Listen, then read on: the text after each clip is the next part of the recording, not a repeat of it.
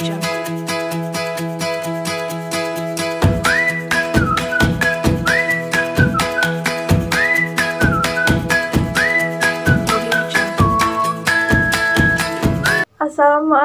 warahmatullahi wabarakatuh. Izin memperkenalkan diri, nama saya Astria Davi Rahmadani, nomor NPM 1911080272.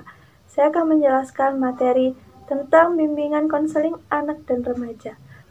Berikut merupakan peta konsep yang akan kita bahas pada pertemuan kali ini. Yang pertama, ruang lingkup bimbingan konseling anak dan remaja. Di sini kita akan membahas latar belakangnya ruang lingkup bimbingan konseling anak dan remaja. Materi selanjutnya adalah hakikat dan urgensi bimbingan konseling anak dan remaja.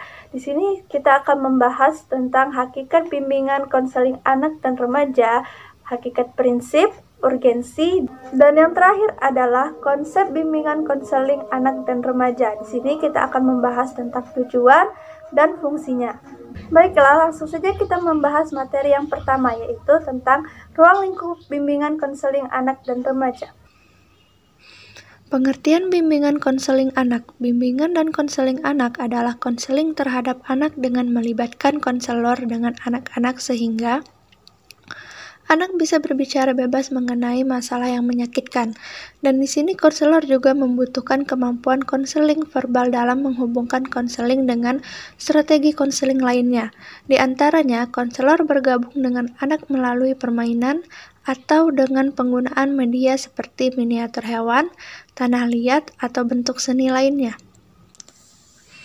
Pengertian bimbingan konseling remaja. Bimbingan dan konseling remaja adalah masa peralihan dari masa kanak-kanak menuju masa dewasa, bukan masa transisi lagi yang mana diagung-agungkan, karena mereka telah dicap mengalami kegamangan.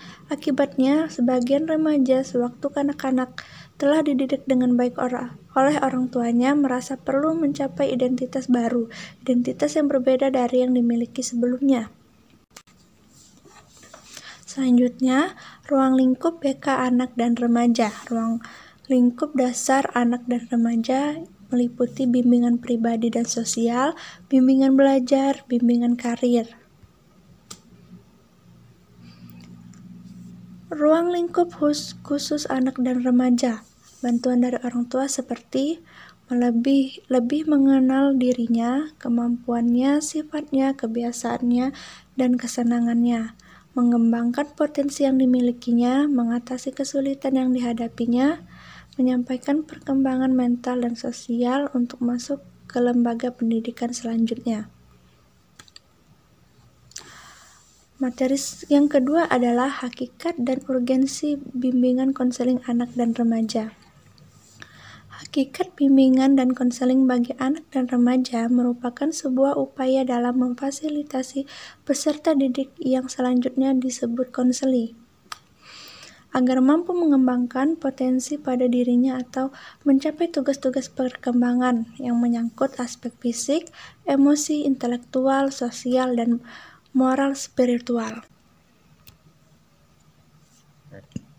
Selanjutnya, hakikat dan prinsip bimbingan konseling bagi anak dan remaja meliputi bimbingan bagian penting dari proses pendidikan.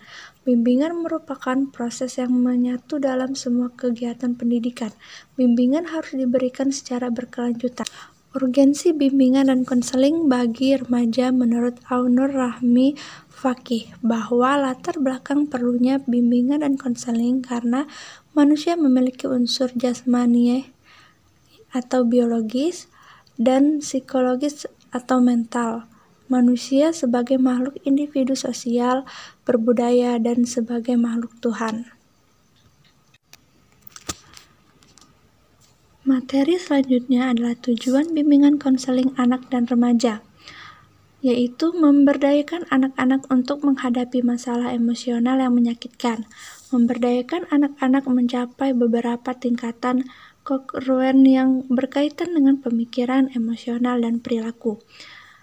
Dan yang ketiga, memberdayakan anak-anak untuk merasa nyaman dengan dirinya.